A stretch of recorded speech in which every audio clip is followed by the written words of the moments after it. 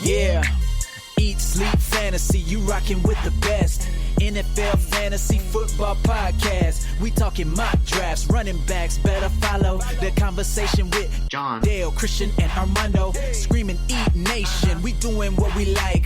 Tune in every week, guarantee we get it hype. Fantasy, football enthusiasts, I know you plan to be joining us on Eat, Sleep, Fantasy.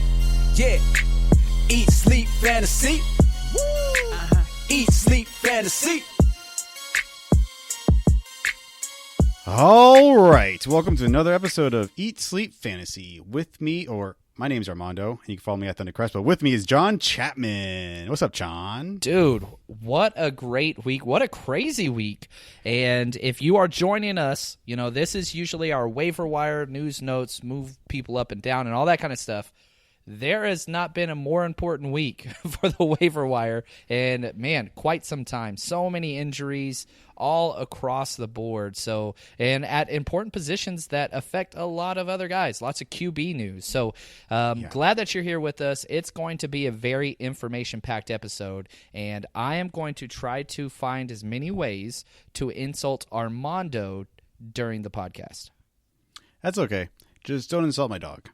Oh, no, I like dogs. You like dogs? Right. I love dogs. I actually became a cat person recently. I fucking love my cat. Okay, so I thought I was going to have to insult Armando. He just insulted himself. What? What's wrong with loving cats? I hate cats, dude. One, I'm allergic to them. But I don't know. I feel like I could be wrong here, but I think if you like cats, you have a flaw in your personality. Look, I would have agreed with you up until like the past year. I got a cat, and it's like I don't know, it's amazing. Like she's better than my dog, so she's not as needy, but she's still super cuddly, and she slaps my dogs in the face, which is great to watch. Like she plays with, so she bullies the dogs, which is fantastic. I love it. All right, man. I'll give it to you, but. I don't know. And also, I do have to add, in staying with the theme of poking at Armando, we played each other in our League of Record, our Dynasty League of Record this week. How'd that go for you, Armando? Oh, you know, I started Ronald Jones, so and Joe Mixon. The worst is when you play a Thursday guy and they lay an egg. It just hurts it hurts for 4 more days. You know what I mean? Yeah. You know, I put a lot of eggs in the Ronald Jones basket this year, and he was good week 1. He was awful week 2. So at this point, I'm like, fuck that guy. You're going on the bench the rest of the season. Yeah, I think you've got to move on past him. But yeah, so anyway, he didn't tell you it didn't go well for him. No, I mean, I told my lineup so they know that they can assume that Mixon, Ronald Jones in the starting lineup. Yeah, it's not the best start to the week. Yeah, but that's okay. That's all right. So, anyway, we've got lots of news, waiver wire ads, lots of stuff to get into. So, man, Armando, take it away, man. Let's jump into this. And also, just want to give a shout-out to our producer at Kadoo Clayton. This guy is just an information machine, and we can never say thanks enough to Clayton. He is unbelievable. Yeah, he also has a Canadian podcast, and you guys should check out on podcasts. Just so you know how to spell his name is CADIEUX Clayton. I have no idea how to pronounce it properly, so just so you guys know, if you want to follow him, that's how you do it. There you go. Boom. So I think we'll title this podcast like Death of Quarterbacks, because this is like we've lost like 4 major quarterbacks this year, like really bad. So Drew Brees is going to be out at least 6 weeks. Teddy Bridgewater is supposedly going to step in. He's 100% available in all leagues. What are we doing with Teddy Bridgewater? Man, you don't do much. So, again, a lot of the quarterbacks that we mentioned in today's episode are going to apply to Superflex leagues where you get the option to start 2 quarterbacks leagues where you have to start 2, and then Deep Dynasty where you have a much larger roster. So, in your standard redraft, this doesn't affect you as much as far as just rostering these quarterbacks. Like, if you're in a 12-team standard 1-quarterback league, you're not picking up Teddy Bridgewater. Just leave him on the waiver wire. But this is going to affect everybody around him, namely Kamara, Michael Thomas, Traquan Smith, any of those types of guys, Latavius Murray. It affects everybody else around there. So absolutely, I mean, you can look at it and say, okay, Drew Brees, Hall of Fame quarterback. Yeah, it matters because Teddy Bridgewater is not that. He stepped in and was pretty rough. to say the least. Teddy Bridgewater, 17 for 30, 165 yards. He had a QBR of 10.8. That's awful. Basically, he just adds nothing. He just adds nothing. Kamara, his numbers were awful. Probably the worst of his career. 13 rushes, 45 yards. And because they were able to stack the box. And not a lot of first downs. It just turned into a terrible offensive game. I don't think it's going to be that bad because the Rams' defense is actually decent. But you do have to. This knocks Kamara. This knocks all those guys down considerably. Okay, so here's my question. I had Michael Thomas ranked probably number 1 this year. I'm probably going to drop him probably around 10 to 12 moving forward for at least the next 6 weeks until I see something from Teddy Bridgewater. Do you agree with that? Where do you have Michael Thomas going forward? I don't want to overreact right away. So, for example, and you'll hear me say this a lot, buy low, sell high. I sent in quite a few trades today in all my leagues for Michael Thomas. Because, yes, is he the number 1 wide receiver like some people had him? No, he's not anymore. But he still received 13 targets in a game where they only scored 9 points. So that's very reassuring. 10 catches, 89 yards. And because he goes out of the slot and he does a lot of short to intermediate routes, I think that's Teddy's specialty. The targets will be there. So worst case scenario for him is a wide receiver 2, but I still think that he's a bottom end wide receiver 1. Yeah, he's around there. I mean, I'm going to have him behind like Keenan Allen, Amari Cooper, especially with the Gallup injury. Like, he'll be back there. I'm not benching him. I don't think I'm trading him right now. It just depends how bad this goes. But unless I'm getting like a top-tier talent like those guys I just mentioned, I'm not moving Michael Thomas. I don't think anyone else should. Yeah. I mean, it's only 6 weeks. I'm going to try to get him, but it's going to be tough. Yeah. And with Kamara, I mean, I had him probably top 3 behind Barkley. I think it hurts him more than Michael Thomas, to be honest with you. Because the thing is with this, Kamara's going to be facing a loaded box from now on, which he never saw. So I really do think that this affects him much more so. Yeah, I'm interested to see how he actually plays in the passing game, if he's going to be more involved, or they're going to put Latavius Murray more as a runner, and how they're going to – I think they're going to run the ball a lot more this time around with Teddy Bridgewater. So I think this might give Murray a little bit of a bump. And I think Jared Cook might get a bump too. Like, I don't know how good Bridgewater's arm is. So maybe Cook gets a little bump. He's been pretty bad recently, but moving forward, he might get a little bit of a bump. I don't know. He's not getting any separation on his routes. Every single play, he's got at least one guy draped all over him. I've been very disappointed in Cook so far. Who knows? Maybe Teddy Bridgewater could fix it, but I doubt it. I'm pretty low on Cook right now. Yeah, I don't disagree with you. I'm not picking him up, but there is that, if you're desperate, like I lost Hunter Henry in a league and I need a tight end, so maybe I'll pick up Cook, not as a waiver wire, but as a free agent. Might be something to see. So moving forward, Ben Roethlisberger is going to be on IR. So Mason Rudolph is the starting quarterback for the Pittsburgh Steelers moving forward. What are we doing? Man, so a couple things about Mason Rudolph that are important to understand. One, he came in and looked really good. 12 for 19, 2 touchdowns, 1 interception, 100 yards. And the thing with Mason Rudolph, if you go back to whenever he was brought in, he was a rookie. He is an exceptional deep ball quarterback. He struggles on the short to intermediate routes, but his deep ball is as pretty as they get. So this is a guy that can still put up points in this offense. This offense is still something that can keep going and function rather well. Now, the problem is they are traveling all the way across the country to San Francisco, whose defense has looked unbelievable. I can't believe it. It doesn't even make sense, to be honest with you. They've given up a couple trash touchdowns late, too. So the numbers actually are not doing the 49ers defense justice because 2 of those touchdowns, which they haven't given up very much, have been in trash time. So curious to see what's going to happen there. I do think, again, Mason Rudolph, he is a guy outside of Teddy Bridgewater. He could have standalone value just because of this offense and the weapons that they have. So whereas I said Teddy Bridgewater is only addable in Superflex and Standard, I think that Mason Rudolph actually has standalone value. Curious to see, there's a much more upside here than there is with Teddy Bridgewater, I think. Do you agree? Yeah, I 100% agree with you. if there is someone that's going to get a bump in this offense, I mean, I don't know if you'll agree, but I think it's going to be James Washington. Yep. They showed a lot of chemistry in the preseason. Well, they were college teammates. They freaking came up together. They were drafted together. Yeah, so I'm seeing Mason Rudolph, James Washington. I mean, I think James Washington might be a buy low right now. And Vance McDonald. He loves Vance McDonald. Caught 2 touchdown passes, 7 targets. I mean, and that's the thing. You catch a young quarterback's eye, you've got to be excited about it. So here's my question. How much does it affect Juju? If we're saying this is going to help Vance McDonald, this is going to help James Washington, what's going on with Juju? Man, I hate to say it, but I was not on the Juju wagon early on this year. I traded him in a few different leagues. I'm not sold on him, man. The talent I believe in. I totally believe in the talent. I believe in the offense, but I don't know. There's just too many question marks here to value him as a back-end wide receiver 1. I'd still prefer Michael Thomas to him. I prefer Keenan Allen to him. I'd prefer a lot of these other wide receivers that were drafted way after him. I'd prefer them. Now, I kind of put Juju ahead of the Minnesota Vikings wide receivers, Thielen and Diggs, but just because of the volume. But until we see something with him and this new quarterback, because Big Ben's done for the year. They've come out and said he's done. It's going to be the Mason Rudolph show. So we'll see.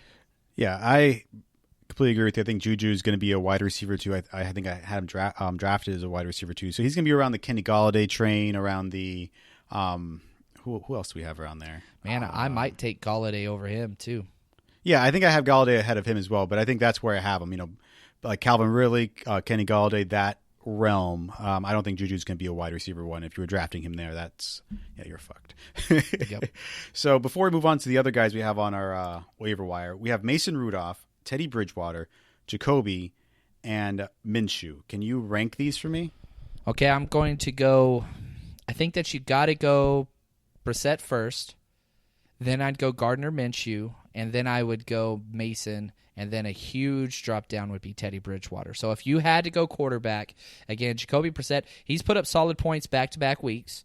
And so he's going to be kind of your highest floor quarterback. So if you're just needing somebody to get you through a week or two, a bye week, whatever, if you're planning ahead for week 4 bye weeks already, which you should be going into week 3. Always plan ahead 1 week for your bye weeks if you have a decent size bench. But my philosophy is always this, okay? If I'm looking for a bye week or injury short-term replacement, I want high floor. I want somebody that's not going to cost me that week. If you are looking for a season-long replacement, let's say your quarterbacks were Drew Brees and Ben Roethlisberger, now you're shooting for high ceiling. Which player can take it over and actually become that guy? The highest ceiling, I think, is going to be Mason Rudolph, then Gardner Minshew, then Brissett, and again, last place, Teddy Bridgewater. Stay the hell away from.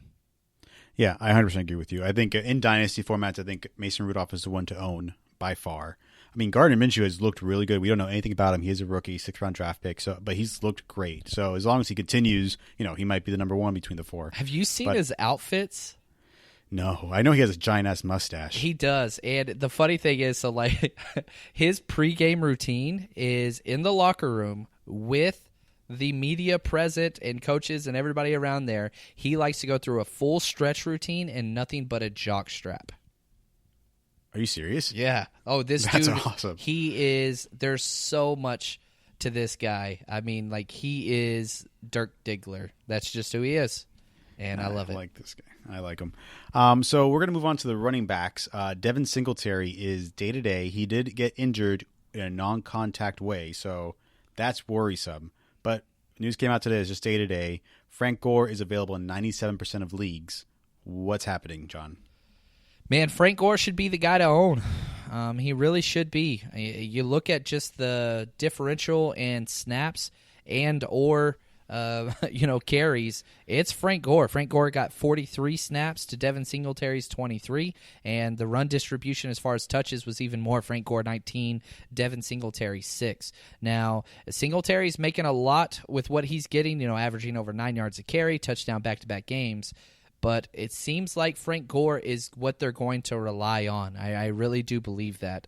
So if Frank Gore should be owned in every single format, PPR, whatever. If you have, because the Buffalo Bills, they're one of the predominant running programs in the NFL. So if you're going to get somebody getting close to 20 touches or even more than 20 touches, you've got to roster that guy. So the way I see Frank Gore is, man, I hate to say this, but he is Peyton Barber with more upside because the volume is huge. But he's getting active in the passing game too. So, he 2 catches, 15 yards, plus 19 rushes, and he's getting red zone touches. No, Frank Gore needs to be rostered in every single league. Yeah, I don't disagree with you. The injury to Devin Singletary, if he misses any time, I don't think it necessarily helps Frank Gore. It might bring TJ Yeldon into the forefront a little more. I think Frank Gore is going to be Frank Gore getting all the work. But I think TJ Yeldon's a change of pace guy with Frank Gore being there. So if anything, if he misses any time, it's going to be TJ Yeldon that gets the bump, not Frank Gore. So James Conner's knee injury is not serious. He is day-to-day. Jalen Samuels is a direct handcuff, not Snell. Correct. Samuels is 65% available. Are you picking up Jalen Samuels? He's day-to-day. We don't know what's happening, but I do think he's worth a pickup if you own James Conner. Yeah, they just came out just saying he is day-to-day and that he will be suiting up. I'm not rushing. I'm not going to spend one of my top waiver claims on Jalen Samuels yet. Because, again, Jalen Samuels doesn't have a lot of standalone value. It is only if James Conner's out. I don't think James Conner's going to be out personally. I think he's going to be able to play. So because of that, there's lots of other options that are out there. I would rather have Frank Gore over Jalen Samuels. Right, on your roster right now. But I think as the season progresses, like week 12, you're going to want Jalen Samuels over Frank Gore just because in the playoffs, you want your handcuffs. Frank Gore is inevitable. Okay. This guy you say whatever the hell you want about him. And I think Devin Singletary is going to continue to get more work. You can't push him away. You just can't do it. It doesn't matter what coaching staff, doesn't matter what team it is. He does all the small things right, and positive things happen whenever he's in there. I don't know, man. I'm just going to be honest. The Dolphins had him, and they won a couple games. We don't have him this year, and we're 0-2, so. The Dolphins are a mess. I don't think anybody can fix that team. Anyway. So let's go to the wide receivers. Alshon and Deshaun Jackson left week 2 against the Falcons. Both, and one with a groin, Dallas Goedert, too. Yeah, I know. So the guy that's going to end up on our waiver wire is Nelson Agholor. He's available in 85% of the leagues. Are we picking up Nelson Agholor? If I had a guaranteed assurance that Alshon, Goddard, and Jackson were out, then maybe. I do not believe in Nelson Agholor. He got 11 targets, 8 catches, 107 yards, and a touchdown, but he cost them that damn game. If you watched it, he dropped the wide-open touchdown, would have won the damn thing. I do not believe in this guy. I don't believe Carson Wentz believes in this guy. I don't think the only way this guy's going to get this kind of workload is if he's got 3 people out ahead of him. If he's only got 2 guys out ahead of him, then I'm saying no. Yeah, I mean, I don't think the offense is going to change too much with those 2 guys out. I think a guy that people should look out for is Matt Collins and Whiteside. Yep. Nelson Agholor, I mean, it was just he knew the offense more. They threw him out there. But I think Whiteside, if they game plan with any of those 2 guys being out, it's going to be Whiteside, in my opinion. I'm not wasting any fab on Nelson Agholor unless I'm desperate. I mean, I don't understand why he is still in the NFL, I'll be honest with you. I know I'm kind of harsh. But that is harsh. He's not a good football player. He's just not. All right, well, I don't think he's that bad. I think he's like a Randall. He's just a wide receiver 5, and that's what he is in this offense. There you go. So Michael Gallup will miss 2 to 4 weeks with a meniscus tear. Is it a tear? Yeah, they're going to repair it. So you can call it what you want. The meniscus is really interesting because you can call it a tear almost all the time. A lot of times it folds, but whatever. It's a huge pain issue, and you've got to take care of it or play through the pain. And so you just get in there, you clean it up, hopefully it gets better. But this is huge because Gallup has freaking been unbelievable early on. He's been great. I think that this is great news for Devin Smith. He's going to be fantasy viable. He had 3 catches and a touchdown on 3 targets this week. But as long as Dak Prescott is playing the way that he's playing, holy cow, man. Back-to-back games, he's leading the NFL in touchdown passes. He has just been unbelievable. Yeah, I mean, the Cowboys came out like literally 4 minutes ago saying that they're going to get Devin Smith the ball more with Gallup being out. So, I think Devin Smith is definitely worth a waiver wire pickup if you're desperate for a wide receiver. I wouldn't waste more than 5% of your fab on it. But 2 to 4 weeks is enough to make Devin Smith pick if you need a wide receiver to pick up. I still think that there are wide receivers out there that I would rather have. Sure. Like both of the Kansas City guys, Williams and Mecole Hardman. But he does have value. I agree with you there. All right. So Will Dissly is 98% available. I don't know if this was game flow or anything, but he looked spectacular. He saved the Seattle Seahawks this week. Is he worth the waiver wire ad? 100%. Yeah. And so whenever I say, so here's the deal. Let's say you have O.J. Howard, which you could make the argument is the biggest bust of the year so far. Yeah. I mean, you drafted that guy a top 5 tight end. We told you not to, but you did it anyway. And so if you are in that category, you need to go get this guy. It's very difficult to get tight ends that are going to be winners for you.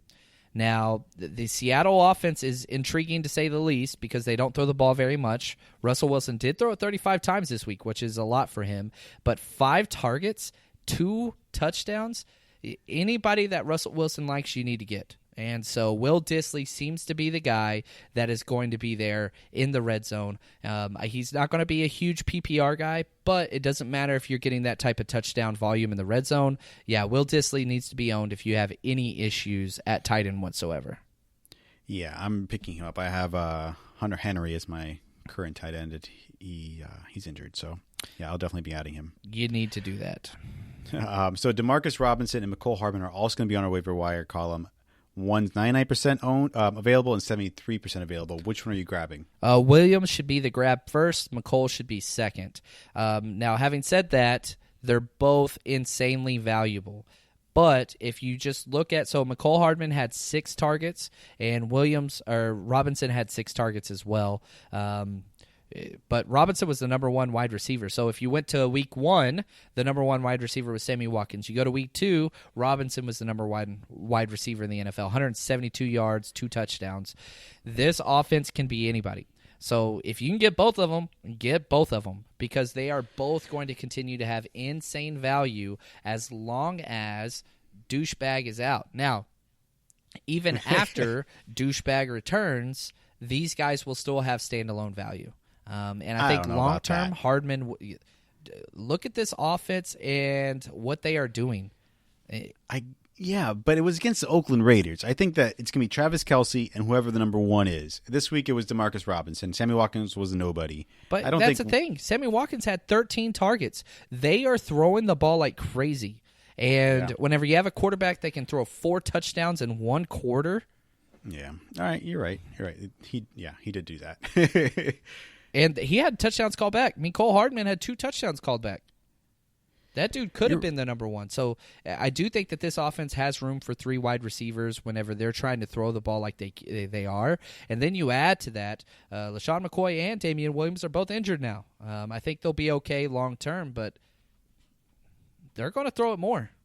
I don't disagree with you. The running backs are just horrible. And I disagree with you that I think they have standalone value once Tyreek Hill comes back. I think grab any wide receiver you can on the Kansas City until Tyreek Hill comes back. I think Mecole Hardman's going to be just fine, for the next couple of weeks. I just don't know if there's standalone value beyond that. All right. So Deebo Samuel is making our waiver wire column because Pettis has not played in the NFL this year. He's been atrocious. Is Deebo Samuel, you're the 49er guy, is Deebo Samuel the guy to own in San Francisco? Oh, my gosh, yes. Deebo Samuel's the guy. He's get rush attempts both games, and he led the 49ers in targets with 5 catches, 87 yards, and a touchdown. Deebo's the guy to own, but, you should drop Pettis. He had 35 snaps but 0 targets. He did throw a pass and complete a pass this game, interesting enough. But, it is time in standard redraft leagues to move on from Dante Pettis. That is correct. Do you think he's a bust at this point? Because I invested in him in a couple dynasty leagues. Like, what are we like? Is his career over? It's not over. They purposely put a trick play in the playbook to get him involved. He was He had a groin injury week 1, so he only got 2 snaps, but had to catch week 1. Then he comes back week 2, gets 35 snaps, made some good plays out there, blocking, whatever else. But I don't think you drop him yet in deep dynasty leagues. I think you hold on to him. But, yeah, you've got to wait and see. There's no way you can start this guy with confidence whenever you have an offense go off for over 500-plus yards, and he didn't get a target in that. It's definitely problematic, to say the least. Yeah, I don't disagree with you on that. I'm not starting him, but I'm not dropping him in dynasty formats at least. Right. So we're going to kind of move on to the running backs. We have Raheem Morset, who looked fucking amazing. 150 yards total, 2 touchdowns. Is he for real? Are we going to buy into this? Like, does he have standalone value when Coleman comes back? What are we doing? So here's the thing with Kyle Shanahan offense. Any running back that is back there has insane value. He loves to use 2 guys. He wants to do kind of a 60-40 split, which is usually what he does between Breida and Mostert right now. But on super long drives where it's 12, 13-plus plays, something like that, he will get the 3rd guy in there. Jeff Wilson did get in and steal a touchdown from Mostert and then got trash duty, got another touchdown late. Mostert is incredibly valuable, just like Breida is. Any running back in this offense, they rush for 259 yards. That's unbelievable in a game. Yeah. There is so much value there. And it's funny because, in DFS, with the DFS guys, we talked about Breida and Mostert and having them in lineups. I had one of them in each lineup, and they both hit. Matt Breida had 121 total yards. Mostert had 83 rushing and then got in the end zone with an additional 68 yards. Like, this is the Kyle Shanahan offense, or just really Daddy Shanahan or son Shanahan. Any running back in this scheme has insane value. I love Mostert. You can start him with confidence against the Steelers next week. Now, once Tevin Coleman comes back, his value, he will be relegated to the 3rd position guy. So Breida will continue to have value all year, but yes, Mostert is in a window. So because of that, pick him up and trade him. Pick him up, start him one more week, then trade him. He's going to continue to do great things. He might not have 150 yards and a touchdown every week as the number 2 back in San Francisco, but still has a lot of value. Yeah, I don't disagree with that. So Carlos Hyde had 20 carries and 90 yards. I mean, everyone thought he was going to be running back by committee. This did not look like that. No, he's available in 48% of leagues. I'm more on the fence where it was a revenge game for Carlos Hyde because he was traded by the Jags last week. I don't know if this is consistent. What do you think? So it was a weird game because they didn't throw the ball to the running back position at all. And Houston basically seemed to have the mindset of, if we score 14 points, we win this game. So let's just chill the hell out and just run the ball and be weird, which was very unlike Houston. But yes, Carlos Hyde, holy freaking cow. If the Houston offense can get on track, which I think it will, I still think Jacksonville has a top 3 defense. Carlos Hyde could be a league winner. If you want to know, like, year in, year out, like through the rest of the year, I'm telling you right now, if this offense picks it up, Carlos Hyde could be a league winner. If he is available on your waiver wire, he is my number 1 waiver ad outside of Superflex leagues. That's a different story. But Carlos Hyde could be the guy. I really do believe that. All right. I mean, it's definitely possible. With 20 carries against the Jags and 90 yards, that's he averaged definitely... 4. Yeah, you averaged 4.5 yards per carry against this Jags defense. That's huge. So if you put that against some of the crappier teams that they're going to play against, which they're coming, then who knows what's going to happen. So they are in a very tough division, which I hate. But if you're getting 20 carries in a Deshaun Watson-led offense, this could be something special. You're talking flex play at worst rest of the year, but if he's going to be the lead back, that's a possible RB2, high-end RB2 that you can get off the waiver wires for the year. So huge Carlos Hyde, number 1 ad this week for me. So Peyton Barber is also available in 43% of leagues. He out-touched Ronald Jones. Why don't you take this one? I don't want to talk about this. He out-touched Ronald Jones 23-4 on Thursday night. I don't know if this was game flow or anything else. Barber is definitely the back to own right now. He's not spectacular. He is Frank Gore with less upside, but if you're in desperate need of a running back, I think Peyton Barber is worth an ad. And, if you need a running back, definitely worth at least 20% of your fab, because last year he was consistently out there playing every snap. So get him. Don't expect him to win you the week, but he definitely won't lose it for you. Again, my favorite stat is he's the first player in over a decade to have 250 touches and not pass 1,000 yards. Yeah, he's awful. He's so bad, but he's just like Frank Gore. Like, what? He's going to keep getting the yards here and there and, be a top 24 guy somehow. It's weird the way it works and consistency and stuff like that. I don't know. I want to stay away from him. But do you know what I don't want to stay away from, Armando? Manscaped.com. It is the place to go if you would like more attention in your nether regions.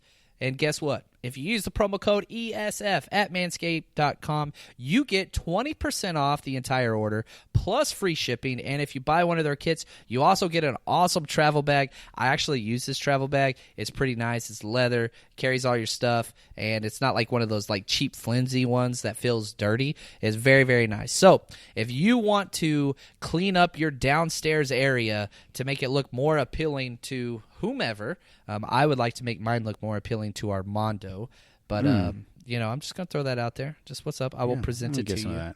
There you go. Head over to manscaped.com. Again, use promo code ESF for 20% off your total thing, no matter what you buy over there, and free shipping. I don't know why you guys haven't gone there now. Like, I can legitimately say I have used this product this week. It is unbelievable. You can't hurt yourself with it. If you've ever cut yourself down there, it's one of the worst things in the world. It just takes all that out of it. So, manscaped.com. Thanks, John. That was a good read. All right. So before we move on from the running backs, I just kind of want to know, can you rank these guys for me? So we have Carlos Hyde, Peyton Barber, Raheem Morissette. Obviously, Jaden Samuels is tentative depending on what happens. Where do you have these guys ranked as a waiver wire ad? Hyde, then I have Mostert, then Jalen Samuels, then Peyton Barber. I have Peyton Barber very, very low on my list. Yeah, I don't disagree with you. I think Peyton Barber has the most potential to be the long-term ad, but I think the other two guys have more upside. So the last guy we're going to talk about is DJ Chark. He's available in 88% of leagues, but he's a top 10 wide receiver right now in fantasy football. Yeah, we talked about him last week, and, the conversation was like, D.D. Westbrook or DJ Chark, and I kind of said, man, like, D.D. Westbrook's probably going to be the guy, but Chark looked way better.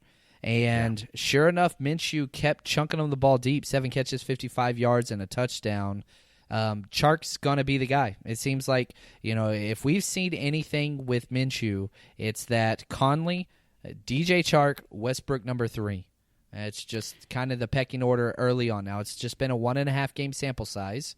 So what do you do with that long term? But as of right now, it's got to be DJ Chark is the number one guy there in that offense. And it seems like they're kind of adjusting what they're doing. With Nick Foles, you have kind of a deep ball quarterback that wants a vertical passing game.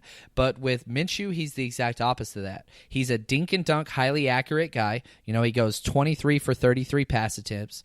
So it seems like they're just going to kind of keep chunking the ball like crazy. So we'll see what happens. So we have DJ Chark, Deebo Samuel, the two Kansas City guys, and let's see if there's another guy. No, and Devin Smith. Can you rank those 5 for me? I'm going Nelson to go, Agholor, man. I'm going to go. For me, it's Chark. I'm going to go against what I said earlier.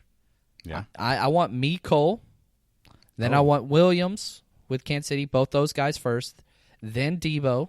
Then DJ, and then who am I missing? Nelson Agholor. Oh, no, he's not in the conversation. And Devin Smith, obviously, probably not. Devin Smith is going to be slightly ahead of Nelson Agholor. Yeah, I'm not on the same boat with you. I'm definitely, right now, I think it's going to be DJ Chark for me, McCole Hardman. Ooh. Yeah, DJ Chark, I mean, it's been 2 games in a row. We've only seen those numbers from the other guys once or twice. I mean, one time. And then Deebo Samuel. I think that offense is still finding itself. I mean, you would know better than I do, but I think that as the season progresses, we're going to have different wide receivers step up over there. There's just so many guys who are decent. None of them are above Do you average. want to make a bet? I want to make a bet here. Sure. Let's do an eat bet. You get your DJ Chark. Yeah. I want my Cole Hardman. And let's say rest of season points, the loser, we'll do an eat bet on it. All right, let's actually make the bet now, a food bet, because we usually do these and then we just forget what it is. Okay. Let's do something sour. Okay. I hate sours. Okay, you want to do spicy instead? Yeah, that's fine. You like spicy? I like everything, man. Have you seen me? How about just a jalapeno? Done. Does that work? Just simple enough. All Done. Right. Loser eats a jalapeno. All right. I'm excited about this. This is good. This is the first one this season. And again, we're saying from this point forward, so not weeks 1 and 2, which I think they're relatively close. I think DJ's probably up, but week 3 to the end of the season. So, I mean, when I say he was top 10, he's actually top 5 in standard formats. Yep. So just throwing it out there, that's pretty incredible. That's ahead of Julio Jones, T.Y. Hilton, Calvin Ridley, Keenan Allen. Like, he's up there. So there's a couple other pieces of news we should kind of talk about. Josh Jacobs is dealing with a groin issue. He's day-to-day as well. We're not sure the severity. I think it's going to be Dwayne Washington or Jalen Richard. I think Jalen Richard has outsnapped Dwayne Washington to this point. But if he misses any time, those are the two guys to pick up. I like it. I think Josh Jacobs is still going to be the guy there, but yeah. If anything happens. We don't know any more information besides he has a groin issue his day-to-day. So if he does miss time, I think it's going to be the Jalen Richard show. Eli Manning, Pat Shurmur declined to make him the starter for week 3. Daniel Jones is so much better than him. Is he worth a tentative ad? Yes. Again, super flex, all those things. Daniel Jones is actually, I don't think you want to do it right now with the other quarterbacks that are out there. Again, like if you're looking at who to add, Mason Rudolph should be the guy. But yeah, if you're in a super flex or a 2QB league, Daniel Jones is probably already owned. His ownership's going to be a lot higher than Mason Rudolph and some of those other guys. Yeah, I don't disagree with you on that one. But yeah, in Dynasty formats, he should be owned in all Dynasty leagues. Yep. Tyrell Williams is dealing with a hip pointer. He is questionable for week 3, so that's something to keep track of. If you own anyone in Oakland, you should be a little nervous because they are getting banged the fuck up. They're just a bad team with no depth. They do have a lot of young talent, but they're already seeing that drop like flies. Derek Carr is probably one of the worst quarterbacks in the NFL. I don't think it's going to take too much longer to see that. But he does love him some Tyrell Williams. So if Tyrell Williams is playing, I think that he is a wide receiver 2 to wide receiver 3, just because his touchdown upside is huge and they have nobody else to throw the ball to. So if he's in there, I do like Tyrell Williams. He made me some money in DFS this week. Yeah, definitely worth noting. Adam Vinatieri is not retiring right now. He's going to play week 3 for the Falcons. Against the Falcons. So that's something to note. You know, don't send him any presents yet for his retirement. He's playing. I don't know. So Elijah McGuire was elevated for the Browns since their backup running back is in concussion protocol. So that's something to note that he is a handcuff now for Chubb. Yeah, and that's the thing too. Like they don't have running back depth, even though they traded away Duke and they've got Kareem Hunt coming back eventually. But I think DeErnest is going to be the guy that's going to be the backup there.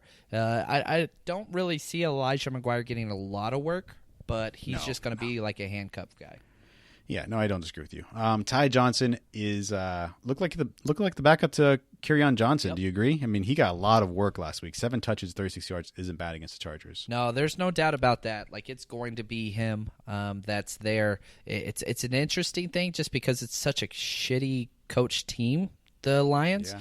And so they continue to prove to us you cannot rely on this coaching staff. You look at Danny Amendola with what happened. He goes out and gets like 14 catches to 0 catches. Hey, they won the game. You can't hate them too much. They did everything they could to not win it. Yeah, that's fair. But yeah, you cannot rely on that coaching staff on a fantasy standpoint. Is that fair? Yeah, no, I don't disagree with you. Except Kerryon Johnson, I think he's going to be steady as a running back too. I don't think he has much more upside beyond that. Right. So I kind of want to talk about this last topic, Lamar Jackson. I just want to point this out to everyone. John might agree or disagree. He has played the Miami Dolphins and the Arizona Cardinals, who were the worst team in the NFL last year. Definitely the worst defense in the NFL this year. Okay, maybe not. Maybe Miami. I don't know. There's a debate there. But as long as Patrick Peterson is out, you could argue the Cardinals might actually be worse. But you are correct. And here's the deal. It's not over for Lamar Jackson. He still has more crappy matchups. So just understand he's not done. He's got more to come. Right. Like in a dynasty format, I might trade for him, but he is not necessarily the number one quarterback in the NFL right now. He's playing against really bad defenses. This isn't real. I think he's going to come back down to earth and be, a 12 to 16 guy in fantasy football. So here's the deal. Let's just look through his schedule, okay? He's playing the Chiefs this week again. Very bad defense. Then he's at home for the Browns. Very good defense. Then Steelers and Bengals. So he still has 3 easy matchups over the next 4 weeks. So, again, I have Lamar Jackson in a few leagues, and I'm sure some of you a-holes are listening to this episode, and I sent trades out. I'm trying to sell him. I want to win a huge piece. I'm offering things like Lamar Jackson and Stefon Diggs for awesome wide receiver, Hopkins, things like that. Odell Beckham, things like that. So, and especially if one of those teams had been Roethlisberger or Drew Brees, I'm targeting those teams. I am fine getting rid of a premium piece at quarterback if I can get a premium running back or wide receiver. So sell high. Yeah, I want to point this out as well. He plays Houston, L.A., San Francisco, Buffalo, New York Jets, and Cleveland to end the season. That's not an easy schedule. So it's definitely going to get a lot harder for him as the season progresses. You got to sell him. I think you have to sell him. I don't think there's better quarterbacks necessarily on the waiver wire, but you can get a lot for him. The crazy thing is, though, he has more fantasy points than Patrick Mahomes does right now. I don't think that's going to continue, but... Wow, he's got 7 passing touchdowns. Yeah, no, 5 of them came against Miami. It's kind of I think that he's going to come back down to earth. That's just not sustainable. I still think he's going to be a top 10 quarterback rest of season. Well, it's hard to, sure. But I don't think that this craziness continues. No. I think if you take away the numbers he's had this season, thus far, I think he'll finish around 12. But if you calculate everything he's had, I think, he's top 10. I like it. That's all I got, John. I hope I did enough for you. Man, you did great. I feel good about this. I'm glad that we talked about my nether regions and me presenting them to you. And I do apologize to the listening audience. I did not insult Armando enough.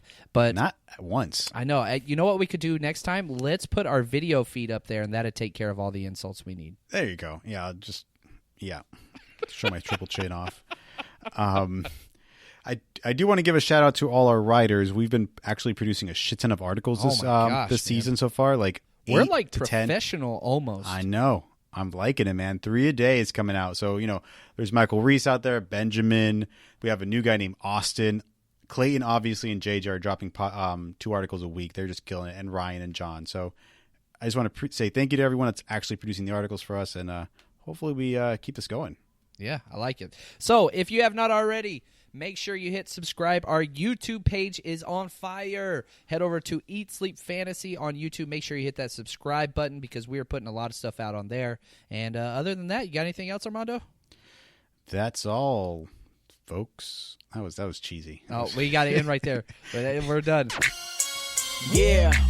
Eat Sleep Fantasy. You rocking with the best. NFL Fantasy Football Podcast. We talking mock drafts, running backs, better follow the conversation with John, Dale, Christian, and Armando. Screaming Eat Nation. We doing what we like. Tune in every week. Guarantee we get it hype. Fantasy football enthusiasts. I know you plan to be joining us on Eat Sleep Fantasy. Yeah.